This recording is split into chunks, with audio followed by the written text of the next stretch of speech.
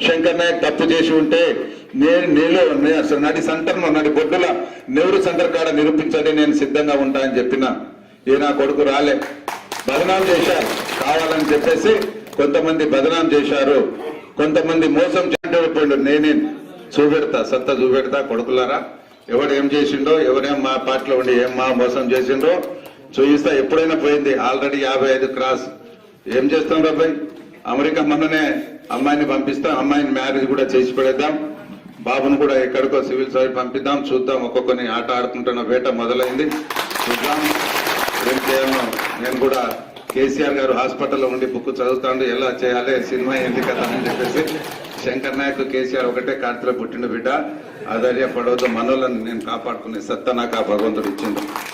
మీకు ఏ విధంగా 12 గంటల నైట్ ఫోన్ చేయండి, వచ్చేస్తా. బాధపడవద్దు, బద్రు ఏడవద్దు, అస్సలే బాధపడవద్దు. కళ్ళ ధైర్యం ఉండాలి, ధైర్యం ఉండాలి. నేను వేదిక పైన ఉన్న నాయకులకు చెప్తున్నా, దయచేసి చెప్తున్నా, మిమ్మల్ని అందరినీ మీరు చాలా అద్భుతంగా ఉండండి, మీరు ధైర్యంగా ఉండండి. మీరు ఇక్కడే వస్తుంది, మనకు అడ్డే లేదు, ఆపిటోడే లేదు, వాడే వనకాలే గసగస. మీరు కాపాడుకోండి. మీ వల్ల కాకుండా చెప్పండి, నేను తెలుసు. కాసిం కోసం ఎన్ని వచ్చినా డిఎస్పీ ఏమన్నాడు, అయ్యా ఒక 10 నిమిషాలు ఇవ్వండి, ముట్టుకో అని చెప్పిన. నేను ముట్టుకో, కాసింను ముట్టుకో, చూద్దాం నీ సంగతి ఏందో. ఎవ్వడు ఇవాళ పోలీసు కానీ అధికారులు కానీ మనమంటే భయపడతారు, వాళ్ళంటే భయపడరు, గుర్తుపెట్టుకోండి. ఎప్పుడు ఫోన్ చేసినా, గతంలో ఎలాగైతే ఫారెస్ట్ వాళ్ళు వచ్చి ఇటాచీలు పెడితే ఎప్పుడైతే ఫోన్ చేస్తే వచ్చానో అంతకంటే వేగంగా వస్తా. అప్పుడు నాకు కొంచెం పరిధి ఉండేది.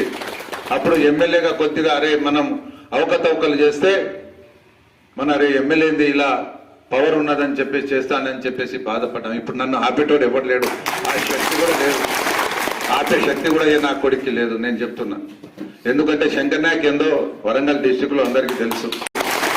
ఆపే శక్తి కూడా నా కొడుక్కి లేదు. నేను చెప్తున్నా, ఎందుకంటే శంకర్ నాయక్ ఏందో వరంగల్ డిస్టిక్ లో అందరికీ తెలుసు. కాబట్టి మొన్ననే ఒక స్ట్రోక్ ఇచ్చాను, కొడుకులో కొద్దిగా గుండె ఇటు అటు అంటాను. నేను ఒకటే ఈ సభాముఖంగా ఒకటి చెప్పదలుచుకున్న మా నాయకులకు అందరికీ, మనం ఎవరి తెరువు పోవద్దు, మన తెరువు వస్తే వదిలిపెట్టవద్దు. ఇదే సిస్టమ్ మనది, ఇది సిస్టమ్. ధైర్యంగా ఉండాలి.